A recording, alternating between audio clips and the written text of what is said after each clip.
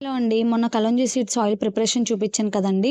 ఆయిల్‌ని చల్లారిన తర్వాత వడపోసేసుకొని దూదితో సోక్ చేసుకొని పెట్టుకున్నాననమాట. హర్షికమ్మకి హెయిర్ అంతా దువ్వేసేసి హర్షికమ్మ హెయిర్ మీద చూపిస్తున్నానండి. దువ్వేసేసి చక్కగా చిక్కులు లేకుండా పాయలుగా తీసి దూదితో అప్లై చేసేస్తున్నానండి. పైన పార్ట్ ఒకసారి అప్లై చేశాను. కింద పార్ట్ ఒకసారి అప్లై చేశాననమాట.